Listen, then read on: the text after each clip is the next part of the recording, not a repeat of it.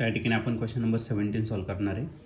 In the given circuit the current I1 is, तर आपल्याला circuit दिलेलं आहे, तर त्याच्यातून करंट I1 किती फ्लो होणार आहे. तर बघा या ठिकाणी करंट I1 आहे, आकाशातून चालला 30 ओहम रेजिस्टरमधून. त्याच्या बिलो एक ब्रांच दिलेला आहे, तो 40 ओहमचा रेजिस्टर आहे, 40 वोल्ट त्याचं EMF आहे त्या सेलचं, आणि करंट I1 चाललेला आहे या डायरेक्शनमध्ये.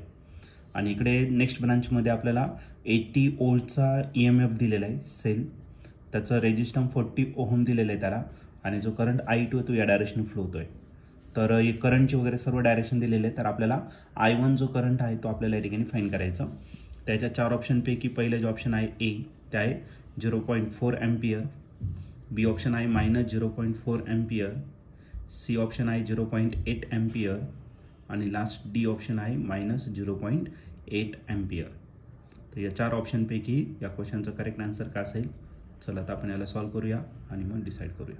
तर या क्वेश्चनमध्ये एक सर्किट दिलेलं आहे आणि करंट I1 आपल्याला या ठिकाणी फाइंड करायचं आहे. तर आपण सर्वात पहिले ती सर्किट ड्रॉ करू आणि नंतर मग त्याला कसं सॉल्व करायचं त्याच्यावरती डिस्कस करू. ठीक आहे. तर सर्वात वरती आपल्याला एक रेजिस्टर दिलेला आहे ज्याची व्हॅल्यू आहे 30 ओहम इतकी. ओके.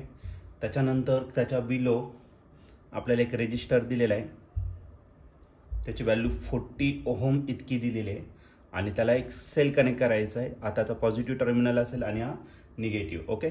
आणि त्याचं जे पोटेन्शियल आहे ते किती दिलं आहे, तर तुम्हाला EMF 40 वोल्ट इतकं दिलेलं आहे. आणि याच्यातून जो करंट पास होतोय तर तो करंट दिलेला आहे त्यांनी I3 इतका करंट दिलेला आहे. ओके. आणि आपल्याला कोणता करंट फाइंड करायचा आहे, I1 इतका करंट फाइंड करायचा, आता नाही फाइंड करायचा आहे. दुसरी एक सर्किट दुसरा एक ब्रांच दिलेला आहे ज्याच्यामध्ये आपल्याला एक रेजिस्टर आहे, त्या रेजिस्टरची व्हॅल्यू पुन्हा 40 ओहम इतकीच आहे, आणि त्याच्यानंतर आपल्याला एक सेल दिलेला आहे, पण या ठिकाणी निगेटिव्ह टर्मिनल आहे आणि हा पॉझिटिव्ह टर्मिनल आहे. ओके. इकडे पॉझिटिव्ह इकडे निगेटिव्ह. ओके. आणि याचं जे EMF आहे ते 80 वोल्ट इतकं दिलेलं आहे, आणि या ठिकाणी आपली सर्किट कंप्लीट झाली. तुम्हाला करंट पण या ठिकाणी दिलेलं आहे, गिवन आहे. तर त्या पद्धतीने आपण या ठिकाणी डायग्राममध्ये पण करंट या ठिकाणी शो करणार. ठीक आहे. याच्यातून जो करंट पास होणार आहे तर तो करंट दिलेला आहे तुम्हाला I2 इतका करंट दिलेला आहे, आणि याचा जो करंट पास होणार आहे तो किती झाला तर I1 इतका करंट तिथं दिलेला आहे. ओके. मग हा जो करंट आहे तो या डायरेक्शन काय होणार आहे, फ्लो होणार आहे. ओके. आणि हा करंट असा. ओके. याच्यातून हे दोन्ही मीट होणार आहे या पॉईंटला, आणि या दोघांचे ॲडिशन म्हणजेच आपलं काय भेटणार तर I3 भेटणार. I3 करंट इकडे पण येणार. ओके.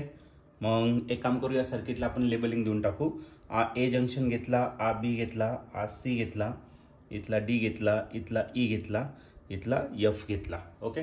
अशा आपण जंक्शनला काय केलं तर नावं देऊन टाकलेले. मग सर्वात पहिले आपण याला सॉल्व करायचं. आता किती करंट आहे आपल्याकडे टोटल, I1, I2 आणि I3 असे 3 करंट आहे, बरोबर आहे. मग आपण याला काय करू तर 3 इक्वेशन आपल्याला या ठिकाणी डिराईव्ह करावं लागणार आहे. मग एक काम करा, एक तर जंक्शन बी कन्सिडर करा, नंतर जंक्शन ई कन्सिडर करा. तर या ठिकाणी आपण काय करणार आहे, किर्चॉफ्स करंट लॉ या ठिकाणी यूज करणार आहे, KCL आपण या ठिकाणी यूज करू. ठीक आहे. मग सपोज बी जंक्शन घेतलं, ॲट ए जंक्शन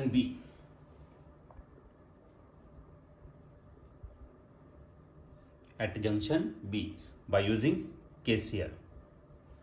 KCLचा यूज करायचा, किर्चॉफ्स करंट लॉ या ठिकाणी यूज करायचा. कोणत्या जंक्शनला, बी जंक्शनला. तर किर्चॉफ्स करंट लॉ काय असतो, algebraic sum of incoming current is equal to algebraic sum of outgoing current. मग इनकमिंग करंट कोणता आहे तर इनकमिंग करंट फक्त I3 आहे या जंक्शन बीला, आणि जाणारा I1 आहे, आणि दुसरा कोणता आहे I2. मग या I1 आणि I2 या दोघांची मला काय करावं लागेल तर ॲडिशन करावं लागेल. हे झालं तुमचं पहिलं इक्वेशन. ओके. KCLचा वापर करू. आता याच्यात काय करू, आपण एक लूप कन्सिडर करू. आवरचा लूप आपण पहिले कन्सिडर करू आणि त्याला KVL अप्लाय करू, किर्चॉफ्स व्होल्टेज लॉ. ओके. तर त्या लूपचं नाव घेऊन टाकू, इन लूप बी पासून स्टार्ट करू, BCDEB. ओके. आवरचा लूप कंप्लीट झाला. तर हा यूज करायचा आपल्याला by KVL, Kirchhoff's voltage law या ठिकाणी आपण काय करणार आहे, यूज करणार आहे.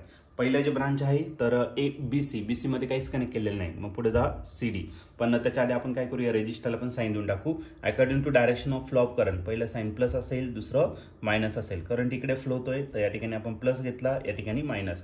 करंट या डायरेक्शन फ्लो होतोय तर या ठिकाणी प्लस घेतला, या ठिकाणी मायनस. हे साईन दिल्याने आपल्याला KVL अप्लाय करणं एकदम सोपं जातं. ओके. तर BC मध्ये काहीच नाही. पुढे आला CD. CDचं जे लास्टचं साईन आहे ते काय आहे, मायनस आहे. रेजिस्टर आहे तुमचा 30 ओहमचा आणि करंट जो आहे तो किती आहे तर I1 इतका. पुढे जर गेला तर डी मध्ये काहीच नाही, राहिला कोणता EB.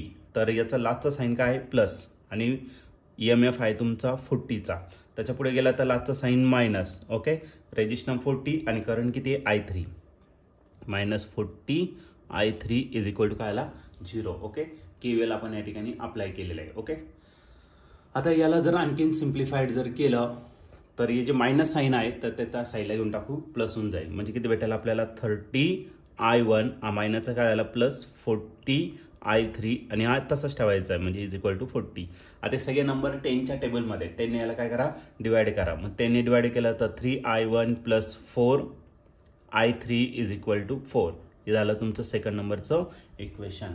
ओके, याच्यात एक काम करू आपण I3 ची व्हॅल्यू पुट करून टाकू म्हणजे आपल्याला दोनच इक्वेशन भेटेल I1 आणि I2. बरोबर ना, दोन इक्वेशनमध्ये सॉल्व्ह करणं जरा सोपं जाईल आपल्याला. तर पुढच्या याच्यात पण आपलं कोणतं येणार आहे I1 I2 आणि I1च येणार आहे. मग काम करा इथंच आपण काय करू पुट करून टाकू I1 ची व्हॅल्यू. ठीक आहे, याला इक्वेशन नंबर 2 ने म्हणत मग मी माझा आला 3I1 तसंच लिहिला plus 4 I3 is replace by I1 plus I2 is equal to 4 आणि कुठून आलं फ्रॉम इक्वेशन 1. इक्वेशन 1 वरून आपण याला राईट करू शकतो. मारायला 3I1 4 ने याला मल्टिप्लाय करा 4I1 plus 4I2 is equal to 4. Okay, 3 plus 4 किती झाला 7. 7I1 plus 4I2 is equal to 4. This is equation second. Okay, आता आउटर लूप या ठिकाणी कन्सिडर करा. मग त्या लूपमध्ये आपण कन्सिडर करू इन लूप कोणतं येतं ABC नंतर इकडं DEFA आणि काय यूज करायचं by KVL Kirchhoff's voltage law या ठिकाणी आपण यूज करणार. तर पहिला जो ब्रांच आहे AB मध्ये काहीच नाही, BC मध्ये पण काही नाही, राहिला कोणता CD.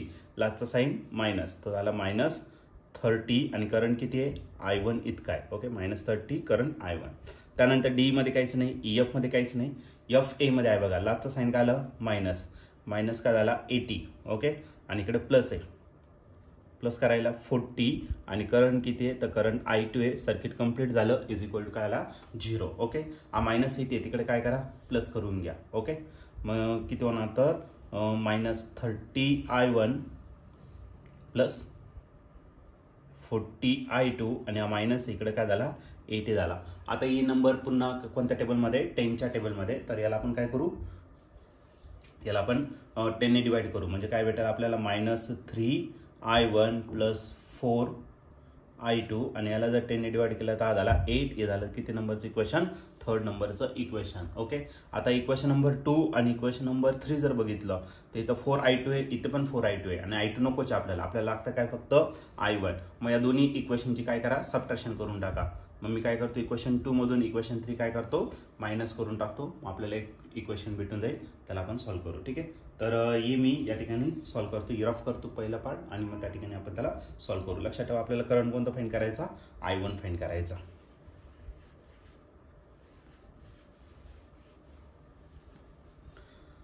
आता मग नेक्स्ट केसमध्ये मी काय करणार आहे equation number 2 minus equation number काय करणार आहे 3 करणार आहे. इक्वेशन 2 काय तर इक्वेशन 2 आहे 7I1 plus 4I2 is equal to 4.